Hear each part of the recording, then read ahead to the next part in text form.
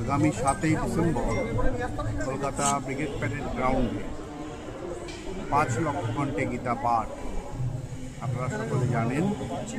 আর একবার আমি আপনাদের সকলকে মনে করিয়ে দিলাম, আমরা সমবেতভাবে 5 লক্ষ কণ্ঠে গীতা পাঠ করে আচার্য মধুসূদন সরস্বতী, ডক্টর রামদয়াল মজুমদার, জগদীশচন্দ্র ঘোষ, ঋষি বঙ্কিমচন্দ্র চট্টোপাধ্যায়, ঋষি অরবিন্দ ঘোষ, স্বামী বিবেকানন্দ, ছিল ভক্তিবিনোদ ঠাকুর, ছিল ভক্তি সিদ্ধান্ত সরস্বতী ঠাকুর প্রভুপাদ, ইস্কনের প্রতিষ্ঠাতা ছিল অভয়চরণারবিন্দ ভক্তিবিনোদ স্বামী প্রভুপাদ, ডক্টর মহানামব্রত ব্রহ্মচারী, এই সব দিকপাল উজ্জ্বল নক্ষত্র সনাতন ধর্মের রক্ষকরা যে গীতা অনুশীলন করেছেন, গীতা প্রচার করেছেন, তার পরম্পরায় আমরা পশ্চিমবঙ্গের কলকাতায় গীতাকে অনুশীলন করব, গীতার মন্ত্রে জীবনদান করব।